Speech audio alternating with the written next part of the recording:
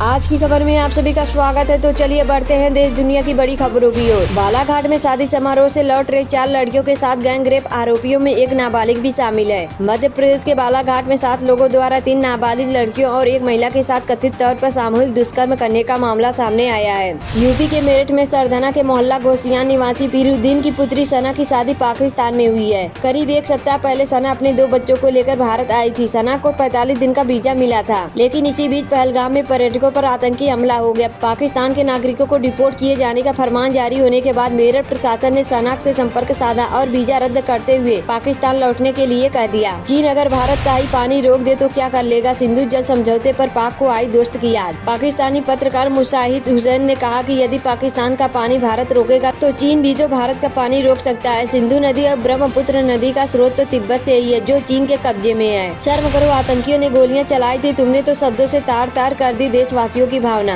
पहलगाम आतंकी हमले में भारत के 26 निर्दोष लोगों को मौत के घाट उतार दिया गया। ये वो लोग थे जो जम्मू कश्मीर की वादियों में घूमने के लिए आए हुए थे। लोगों का धर्म जानने और उन्हें कलमा पढ़वाने के बाद मौत के घाट उतारा गया। बिहार में आज शाम से दिखेगा बारिश और रौद्र रूप। 13 जिलों में तेज आंधी बिजली का अलर्ट। बिहार में मौसम का मिजाज बदलने वाला है। 26 से 30 अप्रैल तक प्रदेश के अधिकांश हिस्सों में गरज तड़क के साथ भारी बारिश और 60-70 किलोमीटर प्रति घंटे की रफ्तार से हवा चलने की संभावना है। अमेरिका की खुफिया प्रमुख का पहलगाम पर भारत को समर्थन। अमेरिका की खुफिया प्रमुख तुलसी गबार्ड ने पहलगाम हमले पर संवेदनाएं व्यक्त करते हुए कहा, इस जघन्य हमले के बाद जिम्मेदार लोगों को पकड़ने में आपका समर्थन करते हैं। पाकिस्तान के हवाई क्षेत्र पर कितना निर्भर है भारत। 2019 की बालाकोट स्ट्राइक के बाद जब एयर स्पेस बंद हुआ था, तब भारतीय एयरलाइन कंपनियों को 70 करोड़ रुपए का घाटा हुआ था। 2025 में भी ऐसे आसार नजर आ रहे हैं। दिल्ली में खोई जमीन वापस पाना आम आदमी पार्टी के लिए मुश्किल। एक के बाद एक सत्ता फिसलती गई, जाने कहां हुई चूक। लोकसभा और विधानसभा चुनाव में हार के बाद आम आदमी पार्टी ने दिल्ली नगर निगम की सत्ता भी खो दी है। भ्रष्टाचार के आरोपों और पार्टी के भीतर कलह के कारण आप अपने पार्षदों के एकजुट रखने में विफल रही। पूर्व वायुसेना प्रमुख आरूप रहा ने पहलगाम आतंकी हमले के बाद बालाकोट उरी जैसे सैन्य एक्शन की सलाह दी। उन्होंने कहा कि भारत को फिर सख्त संदेश देना चाहिए। प्रधानमंत्री नरेंद्र मोदी की मधुबनी रैली पर पूर्णिया सांसद पप्पू यादव ने बनाई कविता। प्रधानमंत्री की मधुबनी रैली पर राजनीति तेज हो गई है। नेता प्रतिपक्ष तेजस्वी यादव के बाद पूर्णिया को निर्दलीय सांसद राजेश रंजन उर्फ पप्पू यादव ने सवाल उठाया है। उन्होंने पीएम की सभा पर एक कविता बनाई है, सरेंडर करो वरना मरो। भारतीय सेना ने हिडमा को लिखा पत्र। 5000 जवानों के निशाने पर सबसे बड़े नक्सली। छत्तीसगढ़, तेलंगाना, महाराष्ट्र की सीमा पर नक्सलियों के खिलाफ भारत का सबसे बड़ा ऑपरेशन चल रहा है। देश के मोस्ट वांटेड नक्सली नेताओं के साथ करीब 1000 से अधिक नक्सलियों को घेरने के लिए 5000 जवान लगातार कार्रवाई कर रहे हैं। किसी न किसी तरह आपसी तनाव दूर कर लेंगे भारत पाक। ट्रंप बोले, इन दोनों देशों के बीच हमेशा रहा है तनाव। ट्रंप ने एयरफोर्स 1 के विमान में पत्रकारों से कहा कि पाकिस्तान और भारत के बीच बहुत तनाव है, लेकिन दोनों देश किसी न किसी तरह से इसका हल निकाल ही लेंगे। ट्रंप ने कहा कि वह दोनों देशों के नेताओं को जानते हैं। जब ट्रंप से पूछा गया कि वह क्या उनसे संपर्क करेंगे तो उन्होंने कोई जवाब नहीं दिया। सियाज कार की तलाशी में पुलिस को मिला कुछ ऐसा, फौरन गिरफ्तार किया। युवक पहचान हुई तो निकला बड़ा खिलाड़ी। पाकिस्तान से खत्म हुए रिश्ते तो भारत में कौन सी चीजें होंगी महंगी। पाकिस्तान से खत्म हुए रिश्ते तो भारत में कौन सी चीजें होंगी महंगी। दोनों देशों के बीच अगर व्यापार पूरी तरह ठप हुआ तो पाकिस्तान की कमर तो टूट ही जाएगी, साथ ही भारत में भी कई चीजें महंगी हो जाएंगी।